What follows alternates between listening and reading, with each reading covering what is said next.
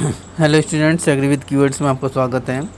आज हम स्टूडेंट बात करने वाले हैं लॉन्ग क्वेश्चन के बारे में। ठीक है, लॉन्ग क्वेश्चन इस पार्ट का रह गया था, ये पार्ट 2 है और इसके जो भी लॉन्ग क्वेश्चन हैं उन सभी क्वेश्चन को हम डिस्कस करेंगे क्योंकि यहाँ से क्वेश्चन आने की संभावना है। ठीक है, तो सबसे पहले जो हम बात कर रहे हैं, पहला जो क्वेश्चन है आप लोगों के सामने वो है आपका प्लांट पैथोजन क्या होता है। प्लांट पैथोजन क्या होता है, describe the details the causes of the plant disease. Okay, plant pathogen के बारे में हमको बताइए, यानी कि परिभाषित कीजिए और इसके क्या कारण हैं। ठीक है, पौधों में रोग उत्पन्न करने वाले कौन कौन से कारक हैं जिनके द्वारा पौधों में बीमारियां लगती हैं, तो उनको हम डिस्कस करना है। तो सबसे पहले हम पैथोजन की बात करते हैं। पैथोजन का मतलब क्या होता है स्टूडेंट, पैथो प्लस जन, यानी कि ऐसा प्लांट्स, यानी कि ऐसा जब किसी प्लांट्स के अंदर कोई डिजीज लगती है जिसके द्वारा वो लगती है, जो कोजिज होता है उसका जो कारण होता है उसे हम क्या बोलते हैं, पैथोजन बोलते हैं।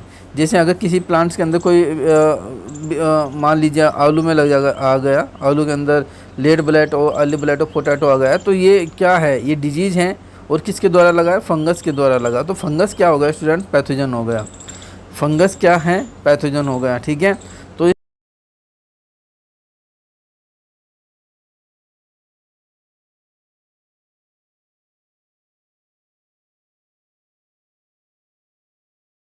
तो सबसे पहले हम देख लेते हैं कि पैथोजन क्या होता है। मैंने डेफिनेशन आपको बता दी, फिर भी एक बार मैं चाहता हूँ कि आप लोग अच्छे से इसको देख लें। ठीक है, तो पैथोजन का मतलब क्या होता है स्टूडेंट, पैथोजन का मतलब होता है रोगजनक। रोगजनक रोगजनक उन्हें कहा जाता है जिनके कारण कई तरह की बीमारियों का जन्म होता है, जिसमें विषाणु होते हैं, जीवाणु होते हैं, कवक होते हैं, परजीवी आदि आते हैं। ये किसी भी जीव, पेड़ पौधे या अन्य सूक्ष्म जीवों को बीमार कर सकते हैं, ये बीमारी पैदा कर सकते हैं, बीमारी उत्पन्न कर सकते हैं, उसे रोगजनक कहते हैं। रोगजनक का मतलब होता है पैथो प्लस जन, यानी कि जो रोग को जन्म देता है, यानी कि जिसके द्वारा जन्म होता है बीमारी का पौधों के अंदर, उसे हम क्या बोलते हैं, रोगजनक बोलते हैं। तो ये डेफिनेशन क्लियर हो गई होगी। तो पैथोलॉजी में जो पैथोजन होता है, ये pathogen is the oldest and the broadest sense is any organism या agent that can be produce the disease. ये पैथोजन में be the also the reference of the plant disease. Okay, तो आप कह सकते हैं कि एक ऑर्गेनिज्म होता है, सूक्ष्म जीवाणु होते हैं, या फिर आप कह सकते हैं जिसके द्वारा डिजीज़ क्या होता है, लगता है, फैलता है। ठीक है, प्रोड्यूस होता है, पैदा होता है, उसे हम क्या बोलते हैं स्टूडेंट, उसे हम पैथोजन बोलते हैं। ठीक है, तो ये सब क्लियर हो गया होगा।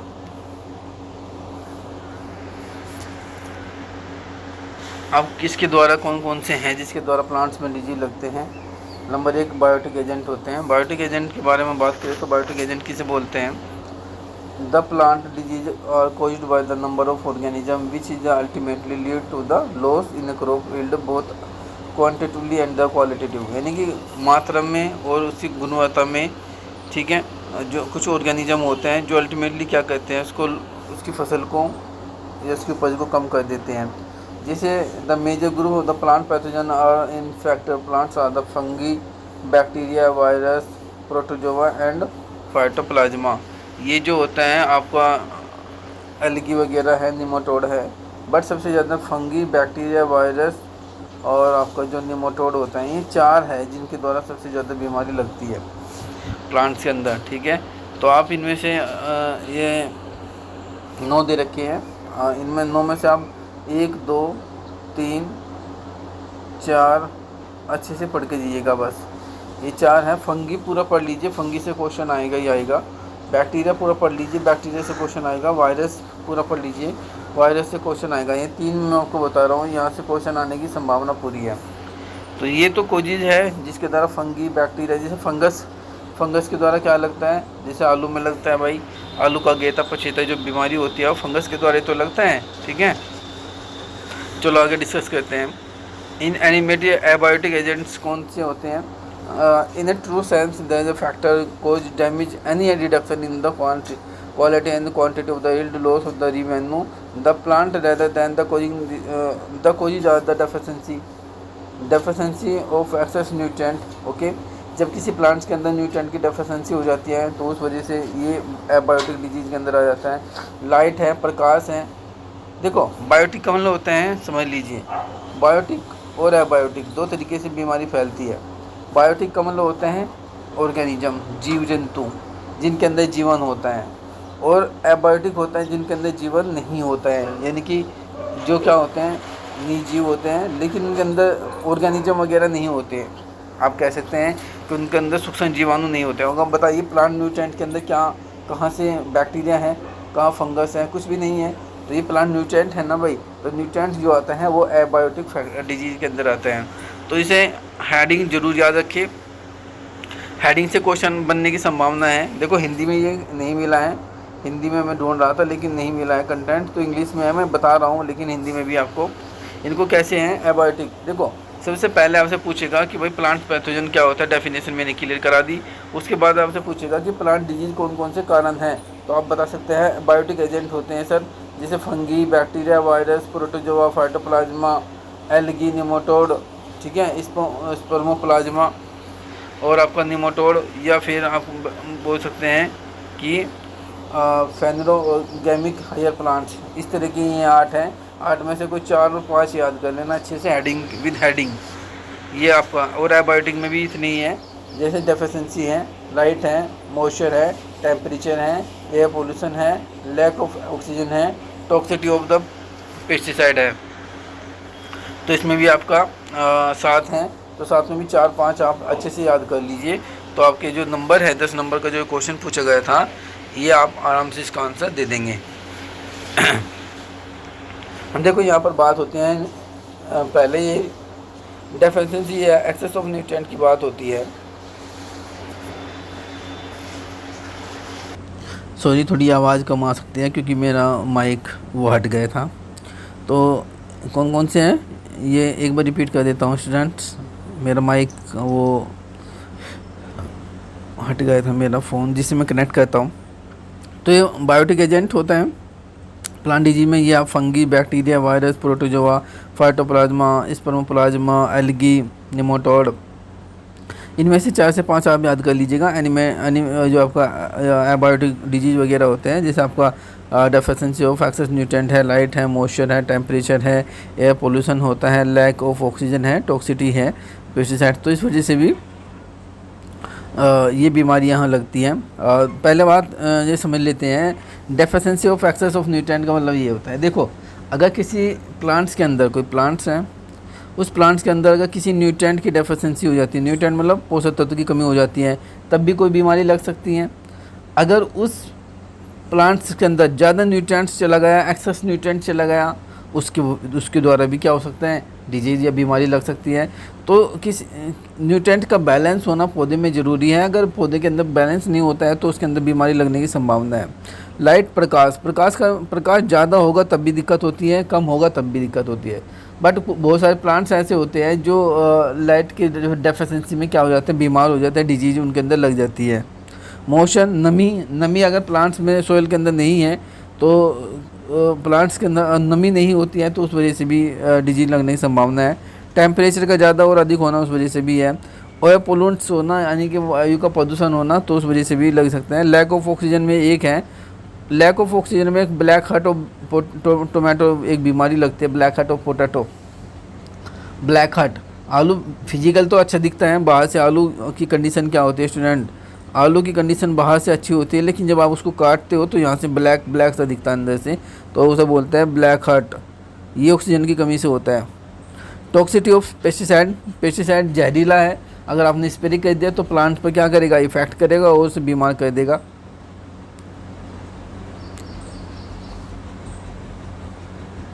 ठीक है, इम्पोर्टेंस ऑफ प्लांट डिजीज़ आप यहाँ पर पढ़ सकते हैं। ठीक है, ये आप देख लीजिएगा। Globally enormous losses of the crop caused by the plant disease, मतलब कह रहा है कि विश्व स्तर पर जो होता है बड़ी भयानक तरीके से बीमारी लगती हैं। ठीक है, और नुकसान भी होता है। तो ये seed sowing and the field harvesting and the storage के समय सबसे ज़्यादा बीमारी देखने को मिलती है। एक तो जब हम बोते हैं तब सीड के समय, एक हार्वेस्टिंग और तीसरा storage. Okay, important historical evidence of the plant disease epidemic का मतलब होता है महामारी वगैरह। Irish famine due to the late blight of potato Ireland में लगी थी 1845 में। Bengal famine due to the spot of rice 1942 से 43 भारत में। कॉफ़ी रस्ट लगी थी श्रीलंका में 1967 में। मोस्ट इंपॉर्टेंट तीनों क्वेश्चन है, क्वेश्चन इंटरव्यू में भी पूछे जाते हैं कि भाई जो आयरिस फिमाइन है या लेट ब्लैट ऑफ पोटैटो के द्वारा कोई बीमारी लगी थी क्या? बिल्कुल लगी थी। कहाँ पर लगी थी? तो आपको बताना आयरिस या आयरलैंड में लगी थी 1845 में। बंगाल में लगी थी क्या? हाँ, बंगाल में एक spot brown spot of rice में लगा था 1942-43 में।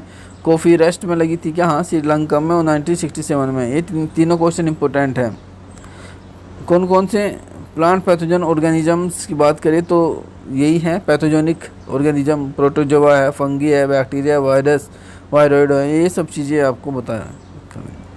अब प्रोटोजोआ के बारे में बात करेंगे। प्रोटोजोआ क्या होता है? एक यूकैरियोटिक कोशिका होती हैं, ये फ्री लिविंग होते हैं और पैरासाइटिक प्लांट्स या पैथोजेनिक विच इज कोई डिजीज ऑफ प्लांट, ठीक है। ये प्लांट्स के अंदर डिजीज को उत्पन्न करने का काम करते हैं। इसमें देखिए आप क्लब रूट ऑफ कैबेज है, ये प्लास्मोडिफोरा ब्रेसिकेसी में लगता है, इसका नाम है, ये बोटेनिकल नेम है। इस तरह से देखा होगा आप लोगों ने, ये क्लब रूट, ठीक है, रूट्स के अंदर इस तरह से बन जाता है। क्रोमिस्टा फंगी की बात करेंगे क्योंकि ये ज़रूरी है sorry. Fungi are eukaryotic spores bearing the Achilophilus het eukaryotics and the Thylophytous organism that generally reproduce by the asexually and sexually, ठीक है। देखो फंगी क्या होता है? एक यूकैरियोटिक्स होता है, स्पोर्स बीनिंग करता है, इसके अंदर बीजाणु वगैरह आते हैं। और ये थैलोफाइटस ऑर्गेनिज्म है। जनरली ये क्या होता है? ये रिप्रोड्यूस यानी प्रजनन इसका ये सेक्सुअली और सेक्सुअली होता है, लैंगिक और अलैंगिक प्रजनन के द्वारा होती हैं। फंगी जो होते हैं primarily chitin and little glucans in the cell wall. जो कोशिका वृत्ति होती है इनकी, वो किसकी बनी होती है? काइटिन की बनी होती है। ओमिसाइटिस जो होता है इसको छोड़कर सभी उनकी जो बनी होती है उन्हें सेलुलोज की बनी होती है।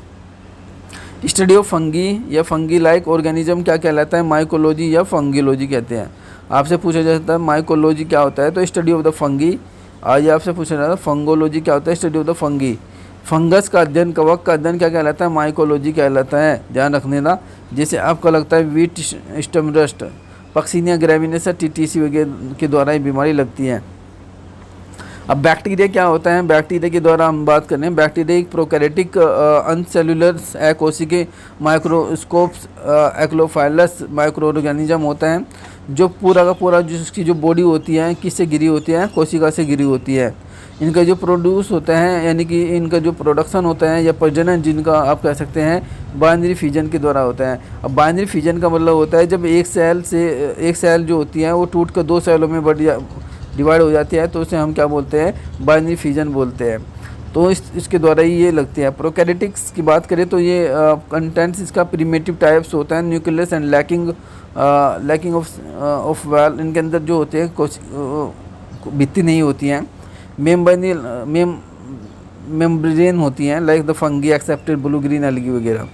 आप इसको पढ़ लेना। Fibrate of potato इरविना माइलोबोरा botanical name है इसका, फाइब्रेट ऑफ एप्पल के अंदर लगती हैं।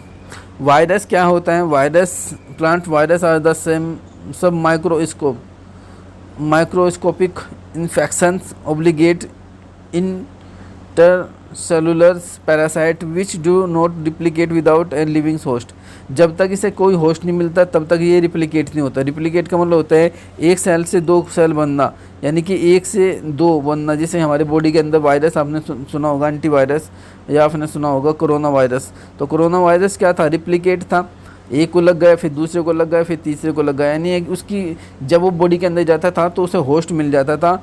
जिस होस्ट पे वो रहता था उस होस्ट के थ्रू ही वो क्या करता था? बॉडी के अंदर सेल्स को डेवलप करता रहता था। That is a replicate. Without leaving ये बिना होस्ट के ये रह नहीं सकता, इसको होस्ट चाहिए। होस्ट क्या होते हैं? होस्ट क्या होते हैं? होस्ट होते हैं परजीवी। मान लीजिए आप स्टूडेंट हो तो आपके जो फादर हैं आपके लिए क्या हो गए? मदर, फादर आप होस्ट हो गए जिस पे आप डिपेंड होंगे, हैं भाई पैसे लोगे, डिपेंड हो गए, मतलब खर्चा लोगे, बाइक लोगे, जो भी आप उनसे चाहते हो वो तुम्हें आपके लिए क्या है? आप होस्ट है, ठीक है। यानी कि ये जो होते हैं वायरस जो होते हैं वे बिना लिविंग के होस्ट के बिना नहीं रह सकते। A virus is a virus, it is a neither a living organism nor a non living chemical. ना तो ये लिविंग और जीवित ऑर्गेनिज्म होता है, ना ही ये अजीवित केमिकल्स होते हैं। But something between the bat wicks, but ये किसी के बीच रहता है, बैट विक्स के बीच में रहते हैं। स्टडी ऑफ वायरस वायरोलॉजी कहलाता है। टोबैको का मोजिक वायरस नाम सुना होगा, मोस्ट फेमस है टिबो का मोजिक वायरस, ठीक है। वायरॉइड्स क्या होते हैं? वायरॉइड्स इज स्मॉल, बाकी आप पढ़ लेना, इतने जो ज़रूरी है मैं आपको स्लाइड शो कर देता हूँ क्योंकि इसमें समय ज़्यादा लग जाएगा। एक ही क्वेश्चन में 14 मिनट लग गए इस क्वेश्चन को ही।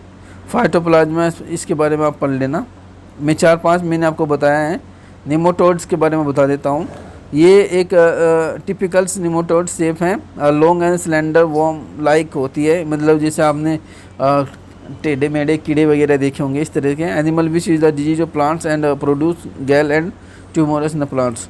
रूट नोट और निमोडोट्स में की बात करें तो ये इसके द्वारा लगता है मेलुडो गाइनी, ठीक है। फर्स्ट निमोटोड की बात करें तो ये एंगोनिया टीटीसी में लगा था, नेड हम, ओके। एंगोनिया टीटीसी गेहूं के अंदर लिए लगा था, ठीक है।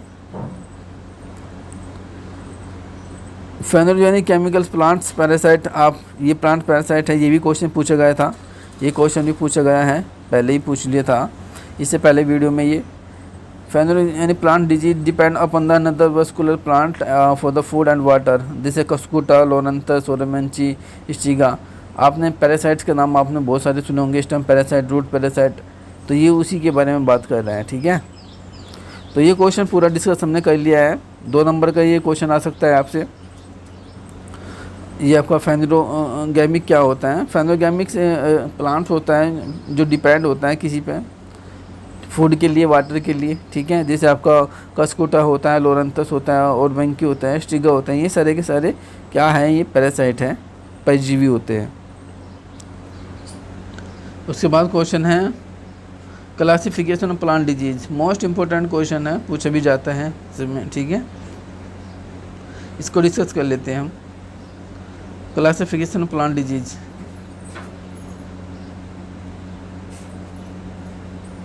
क्लासिफिकेशन ऑफ प्लांट डिजीज की बात करें तो आप उसके सामने ये आप देख सकते हो on the basis of fact. पहले तो ये हम बात करेंगे कि हमने इसको क्लासीफाई क्यों किया। देखो, किसी भी चीज़ को इजीली याद करने के लिए, डिफ़िकल्ट चीज़ को याद करने के लिए इसको क्लासीफाइड करना पड़ता है। तो क्लासीफाइड इसलिए किया जाता है ताकि उसे हम अच्छे से क्या कर सकें, अच्छे से याद कर सकें, ठीक है, उसे ईजी बना सकें। तो यही सबसे पहला मेन उद्देश्य होता है कि हम इसको क्लासीफाई कर देते हैं। तो इसमें सबसे पहले स्टूडेंट्स लिखा है पौधों को प्रभावित पौधे के भाग के आधार पर, यानी कि कौन किस तरह का प्रभावित होते हैं, इफेक्टेड होते हैं पौधे के भाग। नंबर 1 होते हैं स्थानीयकृत। स्थानीयकृत मतलब होता है लोकेलिटी। यदि वे पौधे केवल विशिष्ट अंगों या भागों को प्रभावित करते हैं तो उसे क्या बोलते हैं? स्थानीयकृत बोलते हैं, स्थानीयकृत, ठीक है। यदि मान लीजिए किसी कोई डिजीज़ है तो स्टम्प पर लगा है तो स्टम्प पे ही उसको बोलेंगे, रूट्स पे लगा है तो रूट्स पे, ठीक है, लीफ पे लगा है तो लीफ पे, यानी कि पौधे के किसी विशिष्ट भाग पर जब वो लगता है तो उसे बोलते हैं हम, ठीक है। दूसरा होता है प्रणालीगत। प्रणालीगत का मतलब होता है यदि संपूर्ण पौधा प्रभावित होता है, यानी कि वो जड़, रूट्स पूरा का पूरा, यानी जड़ रोग, तना रोग, पत्ती रोग या पन रोग के रूप में जाने जाते हैं। आपने देखा होगा कि कभी कभी क्या होता है कि जब यदि संपूर्ण पौधा इफेक्टेड होता है, पूरा का पूरा पौधा इफेक्टेड हो रहा है भाई, पत्तियाँ भी इफेक्टेड हो रही है, रूट्स भी इफेक्टेड हो रही है, लीफ भी इफेक्टेड हो रही है, और पूरा का पौधा क्या है? बीमारी से घिरा हुआ है, तो उसे हम बोलते हैं प्रणालीगत, ओके। संसंता के आधार पर या प्रसार के आधार की अगर बात करें तो मृदा जनित रोग, इसे बोलते हैं सोयल बोर्न डिजीज। अब देखो, सोयल बोर्न डिजीज क्या होता है? सोयल बोर्न डिजीज का मतलब होता है जब कोई बीमारी किसके द्वारा फैलती है? सोयल बोर्न के द्वारा सोयल के द्वारा फैलती है। यानी कि मान लीजिए आप लोगों ने क्या लगाया, आप लोगों ने कोई खेत है उसके अंदर फसल लगाई बिल्कुल, और उसमें सोयल तो है ही, ठीक है, मान लीजिए प्लांट्स के अंदर कोई बीमारी नहीं है, ना प्लांट्स के द्वारा कोई बीमारी लगती है, लेकिन सोयल इफेक्टेड है आपकी, सोयल क्या है, रोगग्रस्त है। तो सोयल से जब प्लांट्स के अंदर कोई बीमारी लगेगी सोयल से, तो उसे हम बोलते हैं मृदा जनित रोग, ठीक है। और जब बीज के द्वारा, अगर आपने बीज बो दिया और आपके प्लांट्स बीज में कोई बीमारी लग रही है, मान लीजिए, अब देखो ये होता कैसे है, कुछ बीमारियां ऐसी होती हैं कि जो वायबिलिटी जो होती है उनकी कई साल तक होती है, 4 साल, 5 साल, 6 साल तक, 10 साल तक भी होती है। तो उनका क्या मतलब है कि मान लीजिए वायबिलिटी का मतलब होता है उनका जीवन, कि भाई मान लीजिए आप इस खेत में लगे, किसी खेत में लगे, किसी पौधे में लगे और वो पौधे हार्वेस्ट कर दिया, लेकिन पौधा तो हार्वेस्ट कर दिया ना, लेकिन सोयल तो हार्वेस्ट नहीं करी ना भाई, तो सोयल इफेक्टेड है आपकी। सोयल आपने चेक नहीं कराई तो सोयल में पता लगा कि भाई सोयल के द्वारा बीमारी लग रही है, आपके पौधे में या आपकी जो सीड है उसमें कोई दिक्कत नहीं है, लेकिन आपकी जो सोयल है उसमें प्रॉब्लम है। तो जब उसके द्वारा कोई बीमारी लगती है तो उसे मृदा जनित रोग बोलते हैं। इसे समझा दें मैंने हिंदी में भी, आप इसे ऐसे लिख सकते हैं। बीज जनित रोग वो होता है जब किसी बीज के द्वारा कोई बीमारी लगती है पौधे के अंदर। कैसे भाई, मान लीजिए आप बीज लाई, ठीक है, बीज आपने ट्रीटमेंट भी कर दिया, ट्रीटमेंट करने के बाद आपने क्या किया, उसको सोविंग कर दिया, सोविंग करने के बाद पौधा ग्रो हो गया, लेकिन जब ये जो सीड है इसके जब आपने बोया तो इसी के अंदर यानी कि इसी के अंदर बीमारी थी, इसी के अंदर डिजीज़ था, इसके अंदर पैथोजन था। तो जब इस सीड जर्मिनेट हुआ तो इस सीड के थ्रू जो बीमारी लगेगी सोयल के द्वारा नहीं लगेगी, ना इन्वायरमेंट के द्वारा लगेगी, जब इसी सीड के द्वारा लगी, बीज के द्वारा जो बीमारी फैलती है तो उसे हम क्या बोलते हैं, सीड बोर्न डिजीज। सीड का मतलब होता है बीज, बोर्न का मतलब होता है जन्म देना, ठीक है, यानी कि बीज के द्वारा जो जन्म दिया जाता है उसे हम सीड बोर्न डिजीज बोलते हैं। उसके बाद होता है एयर जनित या वायु जनित रोग, जब वे हवा के द्वारा फैलते हैं, जैसे आपका पाउडर मिल्ड्यू का नाम आपने सुना होगा, ठीक है, पाउडर मिल्ड्यू वगैरह। तो वायु जनित रोग क्या होता है, देखो मान लीजिए न कोई बीमारी सीड के द्वारा लगी, न सोयल के द्वारा लगी, जब कोई बीमारी हवा के द्वारा लगती है, एयर के द्वारा लगती है, तो उसे हम बोलते हैं वायु जनित रोग, ठीक है। उसके बाद है रोगाणुओं के द्वारा उत्पन्न संकेतों, लक्षणों के आधार पर, सिम्टम्स के आधार पर रोगों का आप कह सकते हैं। देखो स्मट्स, पाउडर मिल्ड्यू, डाउनी फुफ्फुस, ये सारे के सारे क्या है, संकेत है। इन सभी उदाहरणों में रोग का नाम मेजबान सतह पर दिखाई देने वाले रोग में सबसे विशिष्ट लक्षण के आधार पर रखा गया है।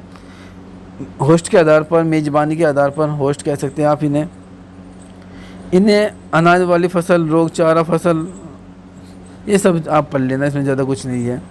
प्रमुख कारणों के आधार पर, जब फंगल के द्वारा, बैक्टीरिया के द्वारा, वायरस के द्वारा, माइक्रोप्लाज्मा के द्वारा भी बताया है।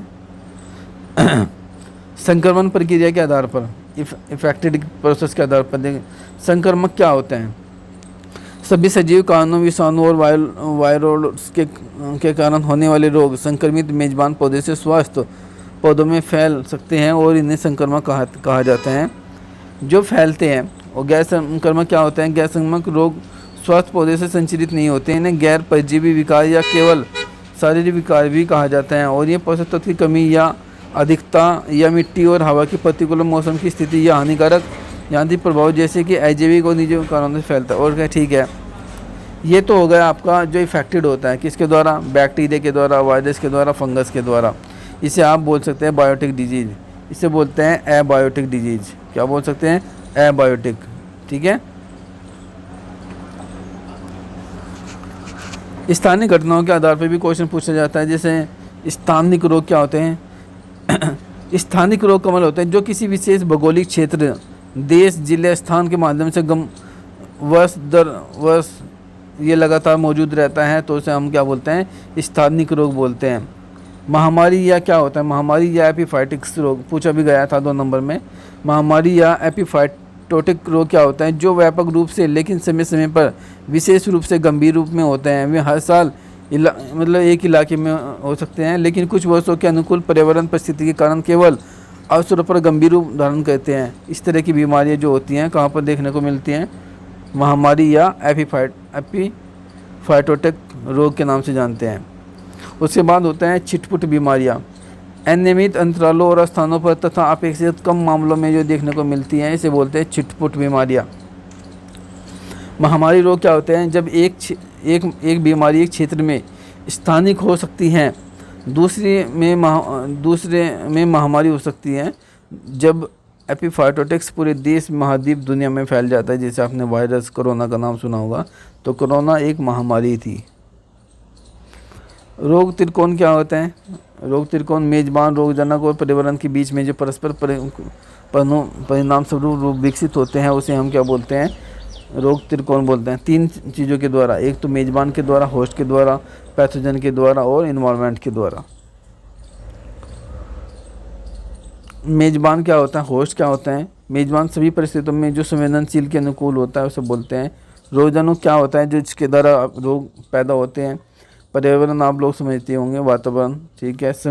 समय का वह विशिष्ट बिंदु जिस पर रोग के विकास में कोई विशेष घटना घटित होती है। तो ये आप लोग इतना था, ये पढ़ लीजिएगा, ठीक है।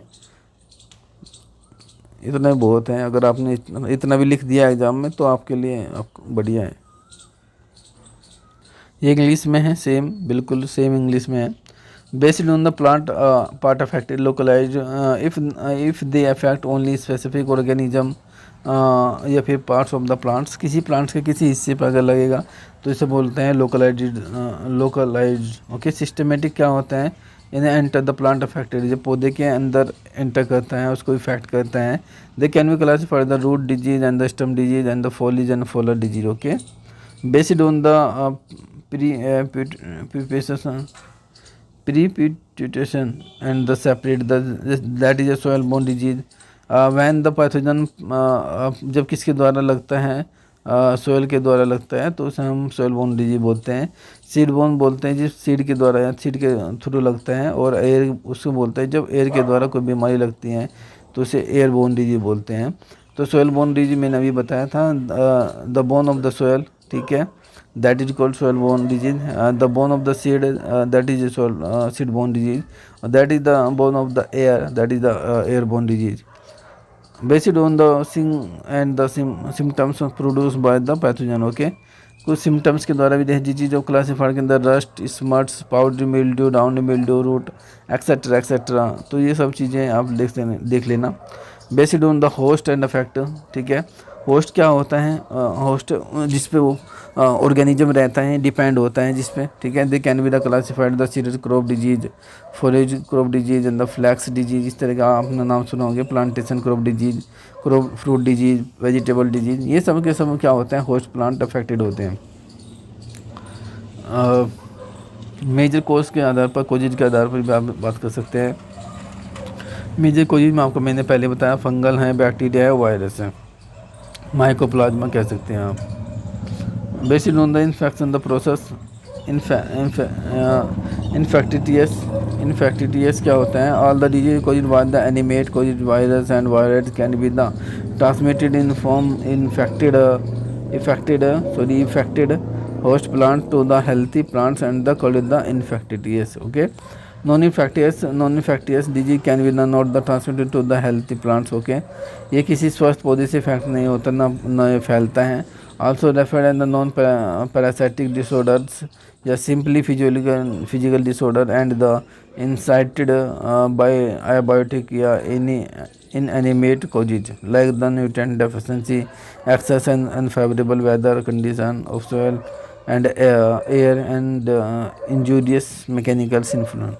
अगर मैं बात करूँ that is the infection of biotic and abiotic and abiotic. Okay. तो आप लोगों ने एक नाम सुना होगा, तो जीव इसके अंदर ये बैक्टीरिया है, virus, that is the biotic. Okay. That is the biotic और and the non infections and abiotic. Okay. Abiotic like the deficiency of the plants या deficiency of the soil. Okay. Nutrient deficiency, excess of nutrients, unfavourable weather condition, soil and mechanical influence. Classification of endemic disease, the relation there the occurrence that endemic disease when are the more or less constantly present from year to year in a moderate to serve from in a particular geographical region like country, district and location. जब कोई बीमारी जो होती है कहाँ लगती है, पर 1 साल या 1 साल से ज़्यादा जब ये इस तरह की बीमारी देखने को मिलती है, ये पर्टिकुलरली ग्राफिक यानी कि जियोग्राफिक क्षेत्र में होती है, भौगोलिक क्षेत्र में होती है। किसी कंट्री में लगते हैं, किसी डिस्ट्रिक्ट में लगते हैं, किसी एक लोकेशन पर जब एक बीमारी लगती है तो उसे एंडेमिक डिजीज़ के नाम से जानते हैं। एपिडेमिक क्या होता है या एपिडेमिक डिजीज़ क्या होता है, विच ओकर द वाइडली बट पीरियडिकली, यानी कि वाइडली होती है लेकिन वो एक निश्चित समय तक होती है, कुछ समय तक होती है, फिर वो चली जाती है। That is the epidemic disease. Sporadic disease क्या होते हैं, इरेगुलर इंटरवल्स के थ्रू होती है। दैट इज डिजीज जैसे हमारे 1-2 साल हो गए, लग गया 2 साल छोड़ के 1 साल छोड़ के 3 साल, मेरा कहने का मतलब होता है इन इरेगुलर इंटरवल्स के मतलब होता है एक बार लग गई, फिर 1 साल 2 आना चाहिए था ना, अगले साल भी लगनी चाहिए, नहीं लगी, तीसरे साल लगी, तीसरे साल चौथे साल आने चाहिए तो नहीं लगी, 5वें साल, यानी कि जब गैप कर करके कोई बीमारी आती है तो उसको हम बोलते हैं स्पोरेडिक डिजीज। ठीक है। पेंडेमिक डिजीज क्या होते हैं, disease by endemic into the region या epidemic in another when epiphytotics become the prevalent throughout of the continent या the world. The disease may be the term as a pandemic. Okay ये क्या होता है disease में, एक endemic, आप ये रीजन आप कह सकते हो पूरे देश में लग जाती हैं, तो ठीक है। आप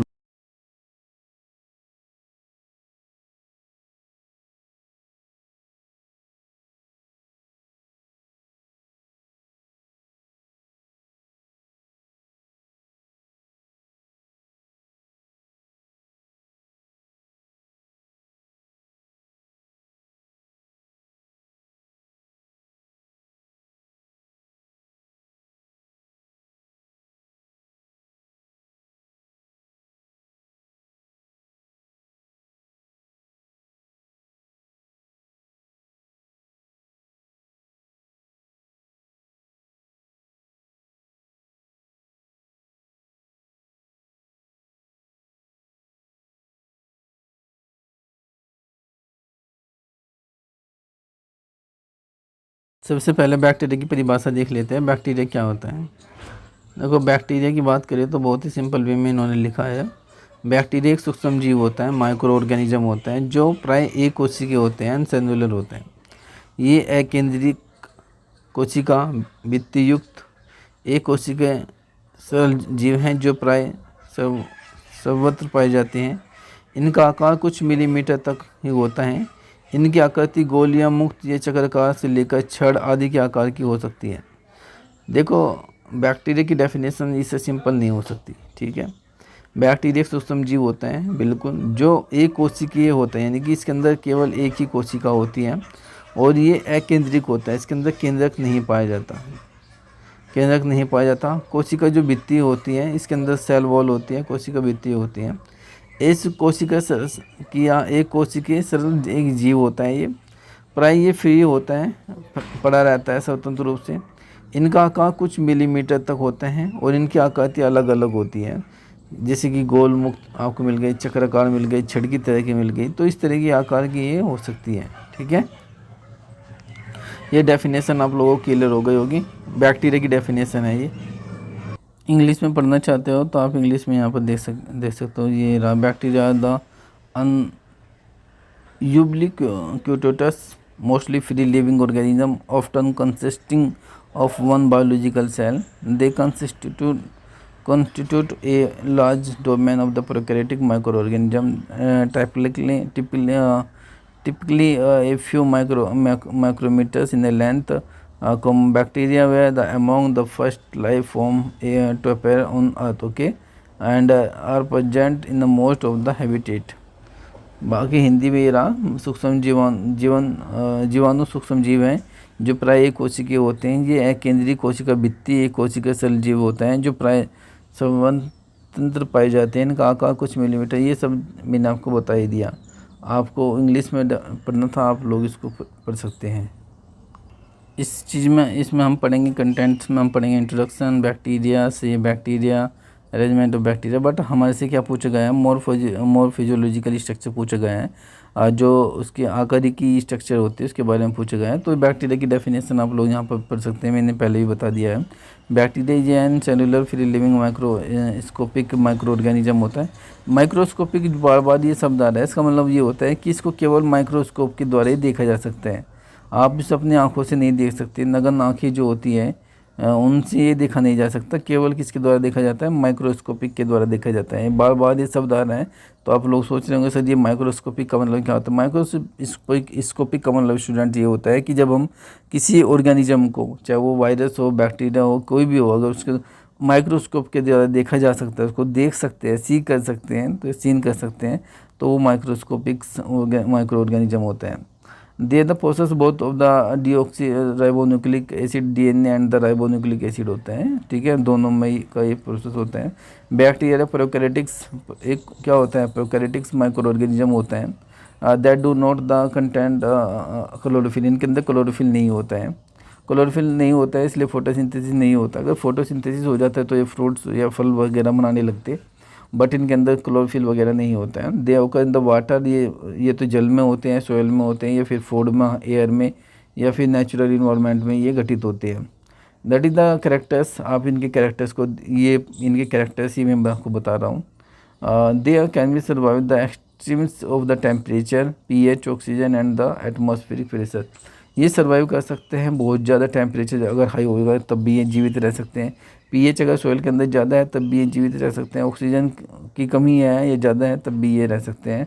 ये एटमॉस्फेरिक जो प्रेशर होता है उसको सहन कर लेते हैं।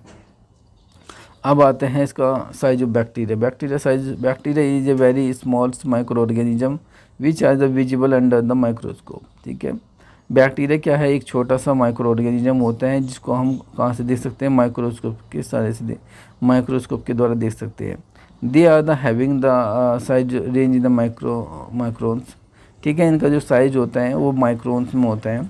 Bacteria standard by the staining reagents and then visualize under the high power of the magnification 1000 of compound microscope, ठीक है।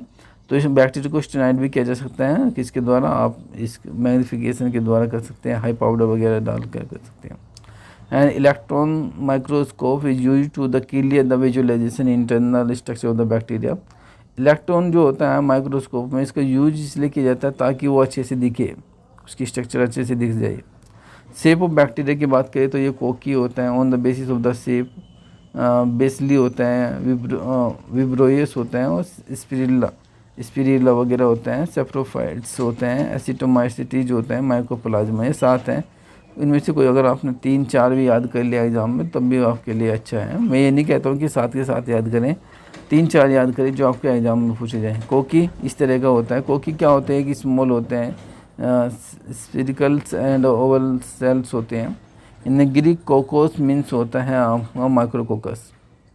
इस तरह से आप देख सकते हो, ये कोकी का स्ट्रक्चर है। दूसरा बेसली का स्ट्रक्चर आप there the rod shape, road की तरह का दिखता है, देख लीजिए आप, ये रहा। विब्रोइस, आप ये सभी आप देख लेना, ये समय ज़्यादा लग जाएगा इसलिए थोड़ा सा मैं आपको स्पीड में दिखा रहा हूँ। स्पिरिला जूम करके देख लेना, आप रोक के देख लेना। They are the longer rigid rod, ठीक है, ये थोड़ी सी रोड की तरह के दिखते, देख लीजिए।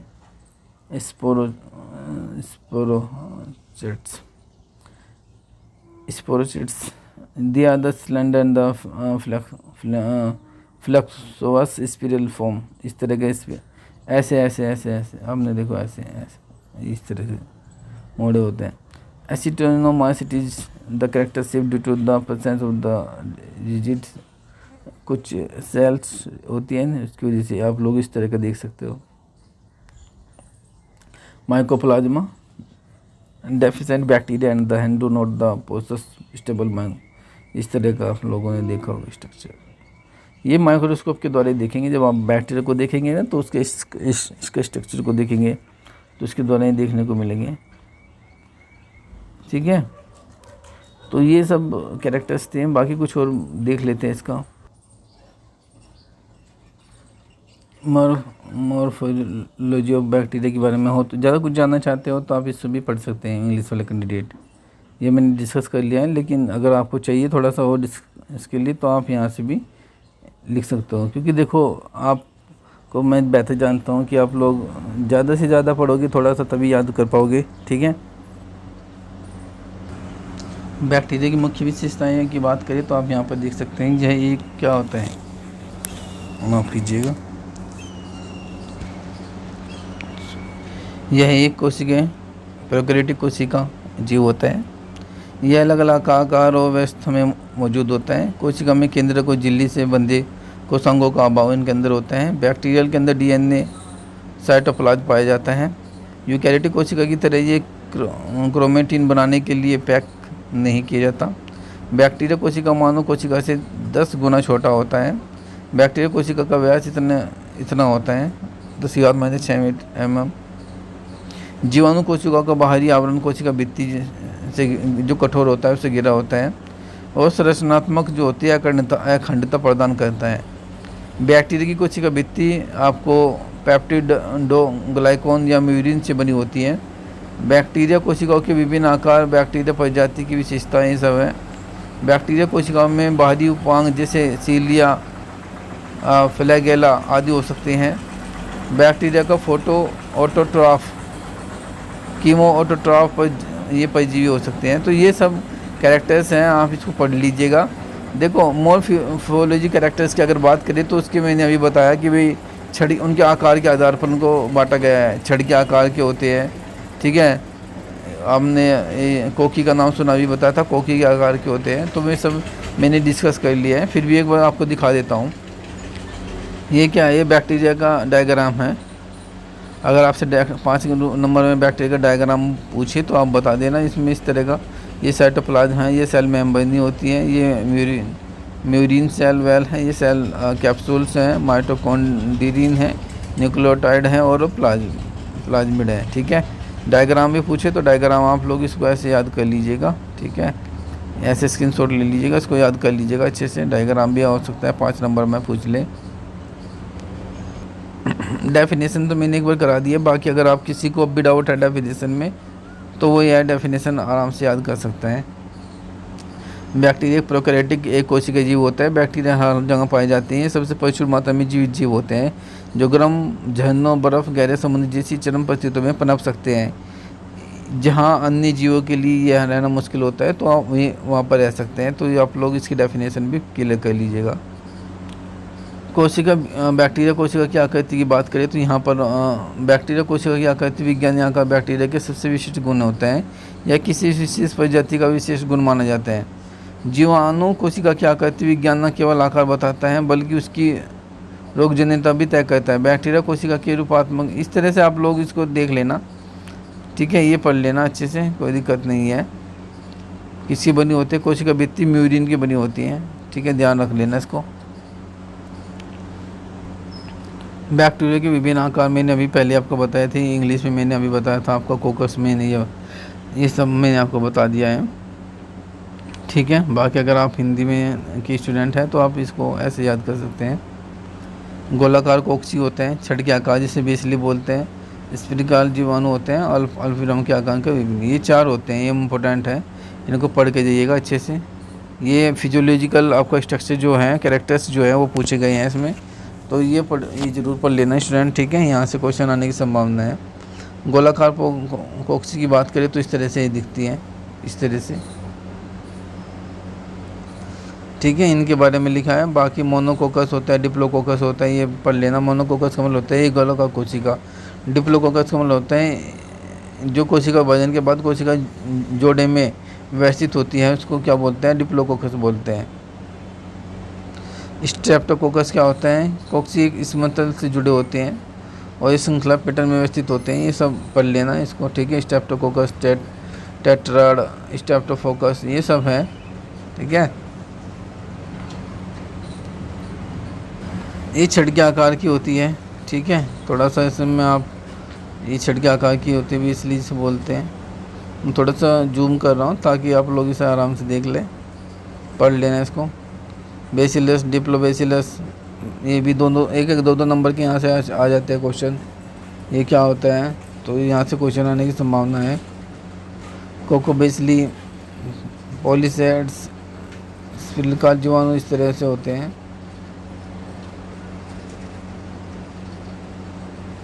स्पिलम ये ग्राम नेगेटिव कठोर बैक्टीरिया होते हैं, ठीक है। स्पोरोचेट अल्पविराम, इस तरह से आप नाम सुनूंगा। फिलामेंट्स लंबे तारे का आकार, आयताकार फिलामेंट, ये सब है, ठीक है। ये क्वेश्चन में हमने डिस्कस कर दिया है ये सब, ठीक है। उसके बाद क्वेश्चन हमारा जो बच्चा है, ये क्वेश्चन है कवक क्या होते हैं। इसके बारे में मैंने ऑलरेडी पहले बता दिया। कवक की परिभाषा देखो भाई, फाइकोलॉजी या माइकोलॉजी अगर आप बात करें तो माइकोलॉजी क्या होता है, स्टडी ऑफ द फंगस या स्टडी ऑफ द कवक। जब हम स्टडी का अध्ययन करते हैं कवक का तो उसे हम माइकोलॉजी के नाम से जानते हैं, ठीक है। बाकी इसमें शॉर्ट नोट रह गए हैं। डिजीज ऑफ ट्रेंगल, ये भी मैंने बताया था। डिजीज ऑफ ट्रेंगल एक बार और बता देता हूँ। फैक्टर ऑफ प्लांट डिजीज, देखो डेवलपमेंट, प्लांट डेवलपमेंट को इफेक्ट बिल्कुल करेंगे भाई। सोयल है, टेम्परेचर है, डिजीज़ हैं, ये सारे के सारे क्या है, अफेक्टिव डिजीज ऑफ इन्वायरमेंट है, ठीक है। तो आप इसको बता सकते हैं। स्मोटिक स्ट्रक्चर ऑफ द फंगस, कवक की कायिक संरचना क्या होती है इसके बारे में बताना था, 2 नंबर का था। तीनों क्वेश्चन इम्पोर्टेंट है, ठीक है। डिजियो ट्रिंगल पूछा गया है 2 नंबर ये शॉर्ट नोट में, तो यहाँ पर लिख सकते हैं। The interaction of the host, the pathogen and the environment result in the disease development. It is generally illustrated by the a triangle, also call it the disease triangle. एक interaction होता है host, the pathogen and environments, एक परिणाम निकल कर आता है जिसे हम बीमारी कहते हैं, डिजीज डेवलपमेंट कहते हैं। यह जनरली इलिस्ट्रेटेड होता है बाय ट्रायंगल आल्सो, से इसलिए डिजी ट्रायंगल के नाम से इसको भी जानते हैं, ठीक है। तो ये तो इंग्लिश में है, यहाँ पर आप 2 नंबर लिख सकते हैं। अब इसका दूसरा क्वेश्चन पूछा गया था, डिजी डेवलपमेंट ऑफ प्लांट। होस्ट होता है, पैथोजन होता है, एनवायरनमेंट होता है, टाइम होता है, ये सारे के सारे क्या होते हैं, डिजी डेवलपमेंट प्लांट्स के अंदर ही होते हैं, ठीक है। होस्ट क्या होता है, होस्ट को मैंने पहले अभी आपको बताया था कि all condition the host that the favour susceptible, सभी कंडीशन में क्या होना चाहिए, होस्ट आपके फेवर में होना चाहिए। पैथोजन मैंने अभी बताया कि पैथोजन का मतलब होता है कि जो रोग फैलाते हैं।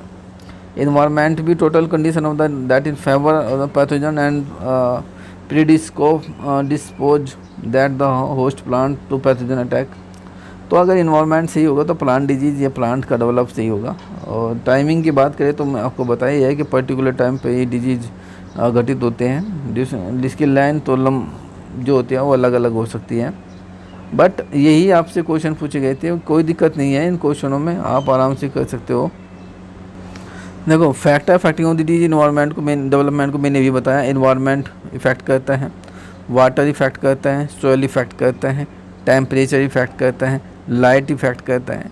ये सारी की सारी चीज़ें आपको लिखनी थी, बस क्या होना था, लिखना था, उसके बारे में लिख देते कि ज़्यादा टेम्परेचर से ये होता है, ऑक्सीजन की नहीं मिलेंगे तो ये ब्लैक हार्ट हो जाता है ऑक्सीजन जो ये स्टोरेज के समय।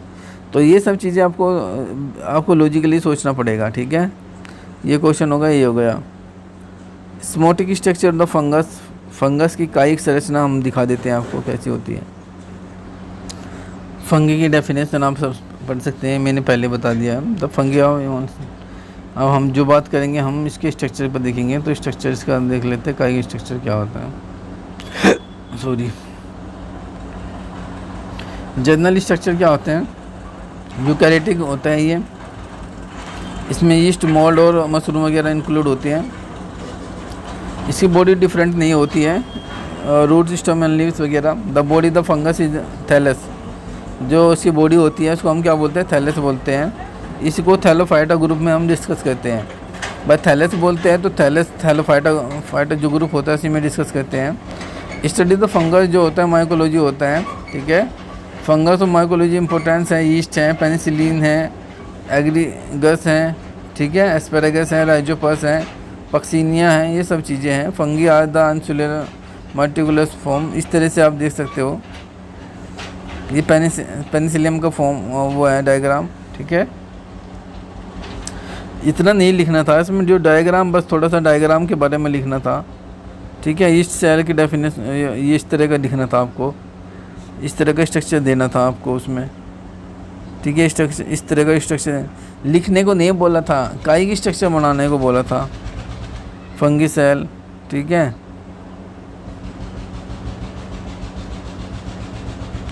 इस तरह के स्ट्रक्चर को उन्होंने डिस्कस किया बोलने के लिए, ठीक है। देखो ये डेफिनेशन है फंगी की। फंगी क्या होता है? Fungi are the eukaryotic spores bearing, मैंने अभी बताया था। एग्लोफाइलस या हेटरोफाइलस होते हैं, ऑर्गेनिज्म होते हैं। ये जनरली जो होते हैं रिप्रोड्यूस होते हैं इनका सेक्सुअली है, सेक्सुअली, ठीक है। और इसके कैरेक्टर्स की बात करें तो हो सकता है कि इसके कैरेक्टर्स आप लोगों से 5 नंबर पूछ लें कि भाई जो फंगस होता है या कवक होता है उसके लक्षण बताइए, तो ये 5 नंबर में आपसे आ सकता है कि ये एक यूकैरियोटिक कोशिका होते हैं। पहले तो सबसे पहले आपको ये बताना होता है कि ये एक यूकैरियोटिक कोशिका होती है। इसके अंदर एक मेम्ब्रेन बॉन्ड होती है जो न्यूक्लियस या आपका जिसके अंदर क्रोमोसोम्स होते हैं। And the range of the membrane bound the cytoplasmic organ release mitochondria, vacuoles, endoplasmic reticulum, इस तरह से ये पाया जाता है। Most of the filaments of the composed of the individual microscopic filaments, जिसको हम हाइफे कहते हैं, hyphae which apical growth and the which branch to from the network of the hyphae called the mycelium, ठीक है। Mycelium आपने देखो इस तरह से होता है माइसीलियम, इस तरह से आपने देखा होगा। वो जैसे यीस्ट देखा है किसी ने, सम अनसेलुलर, कभी कभी ये अनसेलुलर भी होता है जैसे yeast. Protoplasm of the hypha of the cell surrounding by the rigid wall compound primarily chitin and glucans, ठीक है। इससे घिरी होती हैं। बाकी मेन रिप्रोड्यूस इसका सेक्सुअल प्रोडक्शन होता है, कभी बहुत सेक्सुअल और सेक्सुअल दोनों तरीके से ये प्रोडक्शन हो सकता है, इसका प्रजनन। ये सब आप लोग पढ़ लेना। इसमें क्लोरोफिल वगैरह नहीं होता है। पिगमेंट जो होता है वो इनकेपेबल ऑफ द फोटोसिंथेसिस की वजह से नहीं होता। तो ऑल द ये सब इसके कैरेक्टर्स हैं। बाकी आप लोग इसके बारे में फ्री लिविंग है ये, ठीक है। थोड़ा सा समय हो रहा है, 8 बजने वाले हैं। तो थैलस जो थैलस होता है वो वेजिटेटिव बॉडी होती है फंगस की, ठीक है। जो फंगल होता है यानी फंगस या कवक जो होता है उसकी वेजिटेटिव बॉडी यानी वनस्पति भाग को ही हम क्या बोलते हैं? थैलस या सोमा बोलते हैं, ठीक है। जो थैलस होता है, थैलस मतलब थाली, is a simple entire body of the fungus devoid of chlorophyll with no differentiation into stems, roots and leaves lacking the vascular system, ठीक है। ये थैलस होता है, दिखाऊंगा। हाइफा मीन्स होता है वेब, ठीक है। हाइफा इज द थिन, पतली होती है, ट्रांसपेरेंट होती है, टेबुलर फिलामेंट में होती है ये, ठीक है। आप इसको देख सकते हैं। Mycelium in the network of the hyphae, बहुत सिंपल है, इनसे पूछा भी जाता है माइसीलियम क्या होता है ये। इट मीन द कलरलेस, इसके अंदर कोई कलर नहीं होता। हाईलाइन या coloured due to the presence of the pigment of the cell wall, okay. The mycelium may be the ectophytic या फिर एंडोफाइटिक स्ट्रक्चर आप देख सकते हैं। तो ये टाइप ऑफ थाली या थैला, कुछ कभी कभी इसका टाइप्स ऑफ फंगस में थाली या थैलस का क्लासिफिकेशन पूछ लेते हैं। तो आगे अनसेलुलर थैलस, ये सब चीज़ें हैं, आप लोग इनमें देखना चाहो तो देख सकते हो। बट वही था आपके लिए fungi basic reproductive structure. Reproductive structure भी जरूर इसके पढ़ के जाइएगा। यहाँ से तक क्वेश्चन स्मोटिक स्ट्रक्चर, ये जो आपका स्मोटिक स्ट्रक्चर है, ये थैलस ये है, ये लिखना था बस आपको। ये आप लिख देते तो आपको कि जो 2 नंबर थे आपको मिल जाते हैं, माइसीलियम वगैरह, ठीक है। तो आज के लिए इतना ही है, ठीक है। नेक्स्ट पार्ट इसका आज रिलीज होगा शाम के टाइम, पार्ट 2 आएगा इसके आज शाम को 9 बजे से पहले, 8 बजे से पहले मैं कोशिश करूँगा, 7-8 बजे से पहले लाने की कोशिश करूँगा पार्ट 2, वो जो लास्ट वीडियो होगा इसका, ठीक है। तो बेस्ट ऑफ लक, अच्छे से पढ़ते रहिए। वीडियो पसंद आता है तो वीडियो को लाइक कीजिएगा। चैनल पर फर्स्ट टाइम आए तो सब्सक्राइब जरूर करके जाइएगा। Okay, thank you.